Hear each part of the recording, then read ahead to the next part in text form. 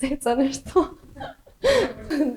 Да сам сад на мостот, но ми се бацила. Иди док си млад најак. Немој тоа да сте ме ставиле цеца дека зборам Андријана, ќе ме избрка од школа. Ќе бидам избркана. It's sad, so sad. It's a sad, sad situation. Тоа да пеам сега?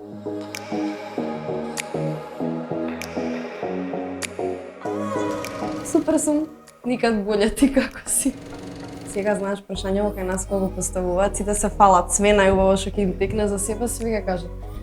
Што да ти кажам, скромна, во главно расположена секогаш, со добри намери, средана. Не знам, еве ти пофалим. Да, прилично ненадејно и рано. Ама само на убаво, во главно ми е едно супер искуство. Ме научи пред се на тимска работа, на компромис, на оној однос со камера кој што понатаму секогаш ќе ми треба и да се занимавам со музика и да продолжам со тоа, така што супер е, сум научила нешто. Па добро, пред се јас сум уште средно, така што са бајле си станувам, си одам во школа, со тоа си завршувам. Одам кај дадар, се шминкам, се средувам, се зимам гардероба без разлика дали од некаде или од дома. Стигнувам во телевизија, таму е се спремно, не чекаат и гледаме да завршиме и да биде најдобро. Секој дневно по милион, искрена да бидам, но во главно секогаш да бидам своја, секогаш да се трудам да бидам подобра. Секогаш има подобро, многу ме има научено, посебно за пред екран, за на телевизија и општо за животот секој ден, дека треба да бидам културна секогаш со сите, да имам разбирање. Има многу. Многу ми помогна тоа што веќе колку толку знаев во што влегувам, дека тој свет не е некоја шега или дека е глупост. Така што ми беше јасно, што би рекле, колку е саат. Знаев дека ќе биде потешко, дека понатака сепак ќе ми влијае на животот. Тоа беше една лекција која што ја знам уште од мала, затоа што живеам со неа и гледам што се случува. Но во секој случај многу ми помогна тоа што е сепак едно поранешно девенце. Па види, надвор од сметка на Мелита во Македонија има хейт коментари за сите кои што 99% не се точни. И сега веќе кога е до мене дома и знам како стојат работите и што е, не ме допираат. Оние хейт коментари ваква е, таква е, тоа е занемарливо, тоа го игнорирам и не ме ни интересира, но пак ќе ти кажам 99% лага.